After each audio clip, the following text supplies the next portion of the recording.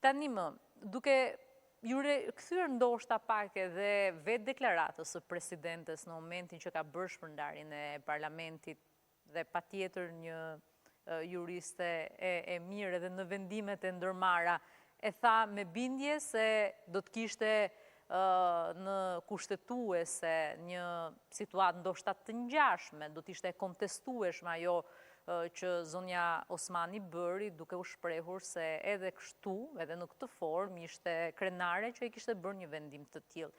Ju, zoti Dili, nuk e shihni si një qëndrim shumë personal dhe antikushtetues një veprim të tillë, që tashmë e thot edhe kushtetuesja, por duke ju referuar qëndrimit tuaj të mëhershëm që e lidhet me Nenin, dhe u duke befasueshme ky vendim ose ky lexim i aktgjykimit nga kushtetuesja.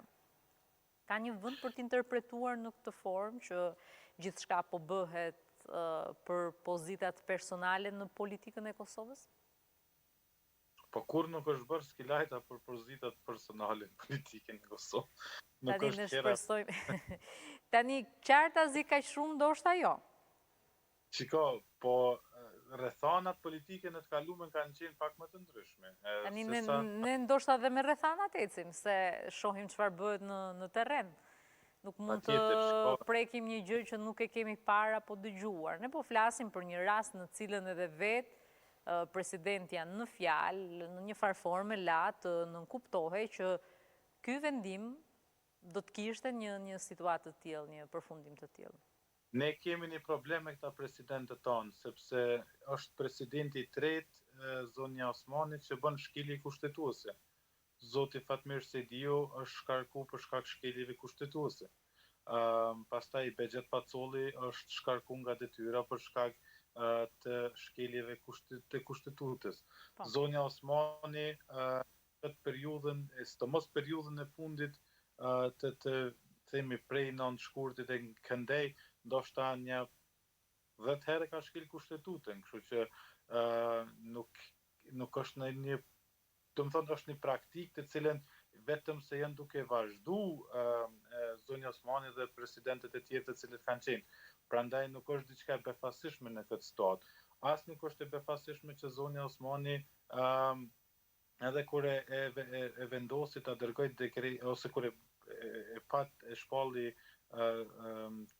parlamentin të shpërbërë në këtë situatë dhe tentoi ta çojë vendin në zgjedhje, unë besoj fuqishëm që zonja Osmani ka ditë se çka është u bë dhe ka ditë ku është i bë gabimet. Por që në këtë situatë kushtetuesja e ka ndryshuar komplet lojën.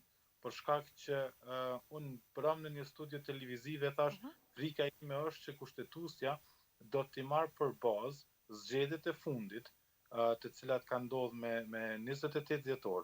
Pastaj gjithë ajo kohë e rinumërimit të votave, kemi diskutuar edhe bashkë, kam thënë, është shumë e panevojshme, por vetëm po tentohet të blehet kohë nga zoti Kurti dhe oponentët e tjerë politik të tij, për shkak që të shtyhet konstituimi ose të më mirë themi certifikimi i zgjedhjeve, pastaj konstituimi dhe formimi i qeverisë sa më afër datës së zgjedhjes së presidentit, sepse në këtë situatë zoti Kurti dëshiron të blej kohë për shkak të mos zgjedhjes së presidentit të ardhshëm.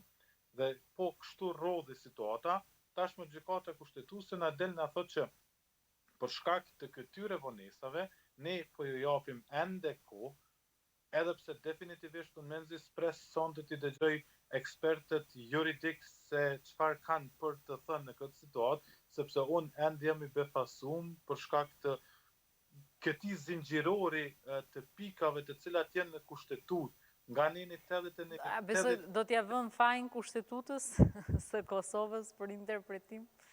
Në këtë situatë unë besoj që ne duhet ta ndryshojmë edhe kushtetutën.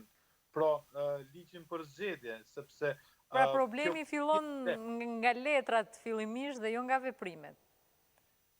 Pa tash mos me qenë letrat na nuk mund të kalojmë as në veprime. Kështu që duke u bazuar në letra ne kalojmë edhe në veprime, nëse është kushtetuta po ndodh e kundërta, janë në letra por nuk bazohen në letra dhe ndodhin në veprime dhe interpretime